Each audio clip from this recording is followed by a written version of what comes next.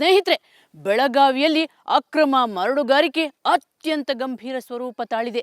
ಅದರಲ್ಲೂ ಗೋಕಾಕ ಅರಬಾವಿಯಲ್ಲಂತೂ ಮರಳುಗಾರಿಕೆ ಮಾಫಿಯಾ ರೂಪ ತಾಳಿದೆ.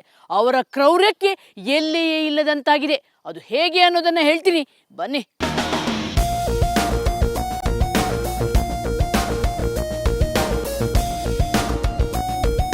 ಎಸ್, ಸಾಹುಕಾರರ ನೇತೃತ್ವದಲ್ಲಿ ನಡೆಯುತ್ತಿರೋ ಆ ಕರಾಳ ಮರಳುಗಾರಿಕೆಯ ರಹಸ್ಯ ಭೇದಿಸಲು ನಾವು ಅವರ ಕೋಟೆಯೊಳಗೆ ನುಗ್ಗಿದೆವು.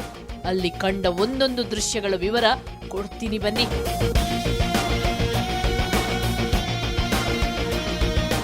ಈ ಜಾಗ ಅತ್ಯಂತ ಅಪಾಯಕಾರಿ. ಯಾಕಂದ್ರೆ ಅಕ್ರಮ ಮರಳುಗಾರಿಕೆಯ ವಿರುದ್ಧ ಸೊಲ್ಲೆತ್ತಿದ್ರೆ ಕೊಲೆಗಳಾಗ್ತಿವೆ.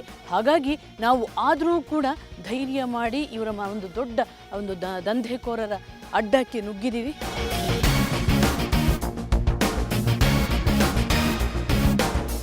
ಈ ಭೂಮಿನ ಅಗೆದು ಹೋದಾಗ ಫಸ್ಟ್ ಮಣ್ಣಿನ ಪದರ ಇರುತ್ತೆ, ಆಮೇಲೆ ಈ ರೀತಿ ಮರಳಿನ ಪದರ ಬರುತ್ತೆ.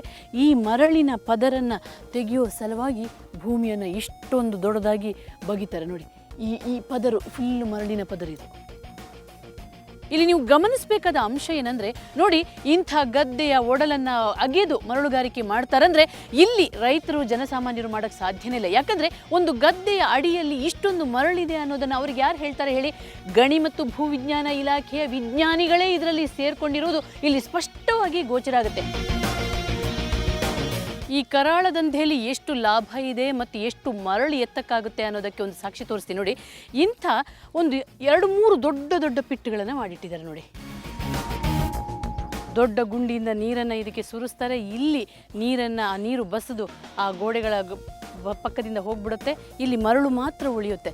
ಇಂಥ ಒಂದು ನೋಡಿ 2-3 ದೊಡ್ಡ ಪಿಟ್ಟುಗಳನ್ನೇ ಮಾಡಿಟ್ಟಿದ್ದಾರೆ. ಅಂದರೆ ಇಲ್ಲಿ ಲೋಡುಗಟ್ಟಲೆ ಪ್ರತಿನಿತ್ಯ ಮರಳನ್ನು ಎತ್ತಕ್ಕಾಗುತ್ತೆ ಅನ್ನುವಂಥದ್ದಕ್ಕೆ ಇವುಗಳೇ ಸಾಕ್ಷಿಯಾಗಿದೆ. ನೋಡಿ, ಅದು ಯಾವ ರೀತಿ ಮರಳನ್ನು ಸಂಗ್ರಹಿಸಿಡುತ್ತಾರೆ ಅನ್ನೋದನ್ನ ದೃಶ್ಯ ತೋರಿಸ್ತೀನಿ ನೋಡಿ. ಯಾವ ಪ್ರಮಾಣದಲ್ಲಿ ಮರಳನ್ನು ಎತ್ತಿ ಇಟ್ಟಿದ್ದಾರೆ. ಇದು ಒಂದೊಂದು ಸಲ ಇಡೀ ಈ ಭಾಗ ಪೂರ್ತಿ ತುಂಬಿಕೊಂಡು ಬಿಡುತ್ತೆ. ಇಲ್ಲಿ ಈ ಮರಳಿಗೆ ಚಿನ್ನದ ಬೆಲೆ ಇದೆ ನೋಡಿ. ಬೆಟ್ಟದ ರೀತಿಯಲ್ಲೆಲ್ಲ ತುಂಬಿಕೊಂಡಿಟ್ಟಿದ್ದಾರೆ. ಇಡೀ ಗದ್ದೆಗಳನ್ನು ಅದಕ್ಕೋಸ್ಕರನೇ ಮೀಸಲಿಟ್ಟಿದ್ದಾರೆ. ಸುತ್ತಲೂ ನೋಡಿದ್ರೆ ಹಸಿರಿದೆ, ಎಂಥ ಫಲವತ್ತಾದ ಭೂಮಿ. ಆದರೆ ಕೃಷಿಯಲ್ಲಿ ಇವರಿಗೆ ಹೆಚ್ಚಿನ ಲಾಭ ಬರಲ್ಲ. ಇಂಥ ಅಕ್ರಮ ದಂಧೆಯಲ್ಲಿ ಲಾಭ ಬರುತ್ತೆ ಅನ್ನೋ ಕಾರಣಕ್ಕೋಸ್ಕರ ಹೊಲ, ಗದ್ದೆ, ನದಿ, ಭಾಗ ಪಾತ್ರವನ್ನೆಲ್ಲವನ್ನು ಬಗೆದು ಈ ರೀತಿ ಮರಳುಗಾರಿಕೆ ಮಾಡ್ತಾರೆ. ಅಕ್ರಮಕ್ಕೆ ನದಿ ತಿರುವು. ಗೋಕಾಕ ಮಂದಿಯ ಅಕ್ರಮ ಮರಳುಗಾರಿಕೆಯ ಕರಾಳ ಚಿತ್ರಣದ ಇನ್ನೊಂದು ದೃಶ್ಯ ತೋರಿಸ್ತೀನಿ ನೋಡಿ. ಇಲ್ಲಿ ಯಾವ ರೀತಿ ಘಟಪ್ರಭಾ ನದಿಯ ಒಡಲನ್ನು ಬಗ್ದಿದ್ದು ಮಾತ್ರ ಅಲ್ಲ, ಘಟಪ್ರಭಾ ನದಿಯನ್ನೇ ತಿರುವು ಮಾಡಿಕೊಂಡಿದ್ದಾರೆ. ಇಲ್ಲಿ ನೋಡಿ, ಇಲ್ಲಿ ಇಡೀ ನದಿನ ಮರಳುಗಾರಿಕೆಗೋಸ್ಕರ ಬಗೆದು ಇಷ್ಟು ಭಾಗವನ್ನು ತನ್ನ ಹೊಲದೊಳಗೆ ಎಳ್ಕೊಂಡು ಬಿಟ್ಟಿದ್ದಾರೆ. ಅಂದರೆ ಇಲ್ಲಿ ಯಾವ ರೀತಿ ಕರಾಳವಾಗಿ ಗಣಿಗಾರಿಕೆ ನಡೆದಿದೆ ಮತ್ತು ನಡೀತಿದೆ ಅನ್ನೋದಕ್ಕೆ ಇದೊಂದು ಸಾಕ್ಷಿ ನೋಡಿ. ಇಷ್ಟು ಭಾಗ ಇಲ್ಲಿ ಗಣಿಗಾರಿಕೆ ಮಾಡಿದರೆ ನದಿ ಪೂರ್ತಿಯಾಗಿ ಅಗಲಾಗಿದೆ. ಇದು ನಿಜವಾಗ್ಲೂ ಇಲ್ಲಿನ ಜಿಲ್ಲಾಡಳಿತ ಸತ್ತು ಹೋಗಿರೋದಕ್ಕೆ ಒಂದು ಸಾಕ್ಷಿಯಾಗಿದೆ. ಜಿಲ್ಲಾಧಿಕಾರಿಗಳಿಗೆ ಕಾಣಲ್ವಾ? ಪೊಲೀಸರಿಗೆ ಕಾಣಲ್ವಾ? ಇಲ್ಲಿನ ಆಳುವವರೇ ಈ ರೀತಿ ಮಾಡ್ತಾ ಹೋದರೆ ಇನ್ನು ನದಿಯಲ್ಲಿ ಉಳಿಯುತ್ತೆ, ಇಲ್ಲಿನ ಭೂಮಿಯಲ್ಲಿ ಉಳಿಯುತ್ತೆ. ಆಮೇಲೆ ನೋಡಿ, ಇವರು ಯಾವ ರೀತಿ ಈ ಒಂದು ಮರಳುಗಾರಿಕೆಗೆ 1-2 ಬೋಟುಗಳಲ್ಲ ನೋಡಿ, ಇಲ್ಲೊಂದು ಬೋಟ್ ಕಾಣ್ತಿದೆ ನೋಡಿ ನಿಮಗೆ. ಸರ್ಕಾರ ಒಂದು ಸಣ್ಣದಾಗಿ ನದಿಯನ್ನು ತಿರುವು ಮಾಡಬೇಕಾದ್ರೆ 100 ಪರ್ಮಿಷನ್ ಸರ್ಕಾರವೇ ತಗೋಬೇಕು. ಆದರೆ ಈ ಗೋಕಾಕದ ಮಂದಿ ಘಟಪ್ರಭಾದ ತಿರುವನ್ನು ಯಾವ ರೀತಿ ಬಿಂದಾಸಾಗಿ ಮಾಡಿದ್ದಾರೆ ನೋಡಿ. 1 ಕಿಲೋಮೀಟರ್ ದೂರದವರೆಗೆ ತಮ್ಮ ಹೊಲಗಳಿಗೇ ಈ ನದಿಯನ್ನು ಸಾಗಿಸ್ಕೊಂಡು ಬಂದಿದ್ದಾರೆ ಮರಳುಗಾರಿಕೆಗಾಗಿ. ಅಂದರೆ ಇವರಿಗೆ ಧೈರ್ಯ ಎಷ್ಟಿರಬೇಕು, ಇವರ ಹಿಂದೆ ಇರುವವರು ಯಾವ ರೀತಿ ಕುಮ್ಮಕ್ಕು ಕೊಡ್ತಿದ್ದಾರೆ, ಇವರ ಆಕ್ರಮದ ಆಳ, ಅಗಲ, ವಿಸ್ತಾರ ಎಷ್ಟಿದೆ ಅನ್ನುವಂಥದ್ದನ್ನು ನೀವೇ ಈ ದೃಶ್ಯಗಳಲ್ಲಿ ನೋಡಬಹುದು. ಮಳವಂಕಿಯ ಮಾಫಿಯಾ ನೋಡಿ. ಗೋಕಾಕದ ಮಳವಂಕಿಯಲ್ಲಿ ಯಾವ ರೀತಿ ಅಕ್ರಮ ಗಣಿಗಾರಿಕೆ ನಡೀತಿದೆ ಅನ್ನೋದನ್ನು ನಾನು ತೋರಿಸ್ತೀನಿ ನೋಡಿ. ಇದು ಘಟಪ್ರಭಾ ನದಿ. ಈ ಘಟಪ್ರಭಾ ನದಿಗೆ ಮೆಷಿನ್ಗಳನ್ನು ಹಾಕಿ ನೇರವಾಗಿ ಎಷ್ಟು ಟನ್ ಗಟ್ಟಲೆ ಅಕ್ರಮವಾಗಿ ಮರಳುಗಾರಿಕೆ ಮಾಡ್ತಾರೆ. ಇದು ಈ ಮಳವಂಕಿ ಅನ್ನುವಂಥದ್ದು ಗೋಕಾಕ ತಾಲೂಕು ಪ್ರದೇಶಗಳಿಗಿಂತ ಹೆಚ್ಚು ದೂರ ಇಲ್ಲ, ಹತ್ತಿರದಲ್ಲೇ ಇದೆ. ಆದರೂ ಕೂಡ ಈ ರೀತಿ ಮಾಡಿ ಇಲ್ಲಿನ ಕೃಷಿ, ಇಲ್ಲಿನ ರೈತರ ಭೂಮಿನ ಹಾಳು ಮಾಡ್ತಿದೆ, ಜೊತೆಗೆ ನದಿಯನ್ನು ಜೀವಂತವಾಗಿ ಸಾಯಿಸ್ತಾ ಇದ್ದಾರೆ. ಇಲ್ಲಿ ನೋಡಿ ಯಾವ ರೀತಿ ಗದ್ದೆಗಳನ್ನು ಬಗೆದು ಅಕ್ರಮ ಮರಳುಗಾರಿಕೆ ಮಾಡಿದ್ದಾರೆ ಅಂತ ನೋಡುವಾಗಲೇ ಆಶ್ಚರ್ಯ ಆಗುತ್ತೆ. ಇದು ಯಾವುದೇ ಕೆರೆಯಲ್ಲ, ಯಾವುದೇ ಹಳ್ಳ ಅಲ್ಲ, ಕೊಳ್ಳ ಅಲ್ಲ, ಬದಲಾಗಿ ಗದ್ದೆಯಲ್ಲೇ ಮರಳುಗಾರಿಕೆ ಮಾಡಿದ ರೀತಿ. ಈ ರೀತಿ ಎಕರೆ ಗಟ್ಟಲೆ ಭೂಮಿಯನ್ನು ಈ ರೀತಿ ಬಗೆದಿದ್ದಾರೆ. ಆದರೆ ಇಲ್ಲಿ ಬರೋದೇ ಒಂದು ಅತ್ಯಂತ ಭಯಾನಕವಾದ ವಿಚಾರ. ಇಲ್ಲಿ ಬಂದವರು ಯಾರೂ ಕೂಡ ಜೀವಂತವಾಗಿ ಹೋಗಲಿಲ್ಲ. ಇಲ್ಲಿ ಪ್ರತಿಯೊಬ್ಬರು ಕೂಡ ಯಾರಾದರೂ ಇದರ ವಿರುದ್ಧ ದನಿ ಎತ್ತಿದರೆ ಕೊಲೆಯಾಗ್ತಾರೆ. ಆದರೆ ನಾವು ಧೈರ್ಯ ಮಾಡಿ ಇದರ ಒಳಗೆ ನುಗ್ಗಿದ್ದೀವಿ.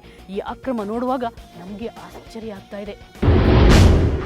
ಮನೆಯಲ್ಲಿ ಮರಳುಗಾರಿಕೆ. ಇಲ್ಲಿಯ ಅಕ್ರಮ ಮರಳುಗಾರಿಕೆಯನ್ನು ಮನೆಯವರು ಮಾಡ್ತಾರೆ. ಇಲ್ಲಿನ ಮನೆಯವರ ಹತ್ರ ಬೋಟ್ಗಳು, ಎಂಜಿನ್ಗಳು ಎಲ್ಲವೂ ಇರ್ತದೆ. ನೋಡಿ, ಈ ಮನೆ ಮುಂದೆ ನೋಡಿ ಯಾವ ರೀತಿ 2 ಬೋಟ್ಗಳು ನಿಂತಿವೆ ಅಂತ. ಇಲ್ಲಿ ಮನೆ ಮುಂದೆ ಬೋಟು, ಟ್ರ್ಯಾಕ್ಟರು, ಎಂಜಿನ್ಸ್ ಮತ್ತು ಮರಳು ರಾಶಿ ನೀವೆಲ್ಲವನ್ನ ಕಾಣ್ಬೋದು ಇಲ್ಲೊಂದು.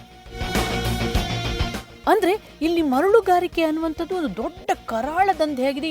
ಇಡೀ ಘಟಪ್ರಭಾ ನದಿ ಭಾಗದಲ್ಲಿರುವ ಪ್ರತಿ ಮನೆಯವರು ಕೂಡ ಈ ಅಕ್ರಮದಲ್ಲಿ ತೊಡಗಿದ್ದಾರೆ. ಇಲ್ಲಿನ ಮನೆಗಳಲ್ಲಿ ಬರೀ ಬೋಟ್ಗಳು, ಟ್ರ್ಯಾಕ್ಟರ್ಗಳು, ಇಂಜಿನ್ಗಳು ಮಾತ್ರ ಅಲ್ಲ, JCBಗಳು ಕೂಡ ಇರ್ತವೆ. ನೋಡಿ, ಈ ಮನೆ ಮುಂದೆ JCB ಕೂಡ ನಿಂತಿದೆ. IBಯಲ್ಲೂ ಅಕ್ರಮ ಮರಳು.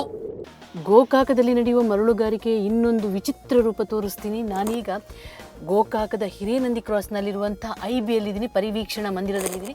ಆ ಮಂದಿರದೊಳಗೆ ಅಂದರೆ ಸರ್ಕಾರಿ ಜಾಗದೊಳಗೆ ಅಕ್ರಮವಾಗಿ ಮರಳನ್ನು ಹೇಗೆ ತುಂಬಿಸಿಟ್ಟಿದ್ದಾರೆ ನೋಡಿ. ಇಡೀ IBಯೊಳಗೆ ಮರಳನ್ನು ತುಂಬಿಸಿದ್ದಾರೆ. ಈ ರೀತಿ ಇಡೀ ಬೆಳಗಾವಿಯಲ್ಲಿ ಅಕ್ರಮ ಮರಳುಗಾರಿಕೆ ವಿಚಿತ್ರವಾಗಿ ನಡೆಯುತ್ತಿದೆ. ಆದರೆ ಸರ್ಕಾರದ ಬೊಕ್ಕಸಕ್ಕೆ ಮಾತ್ರ ಚೊಂಬು 3 ನಾಮ ಅಷ್ಟೇ.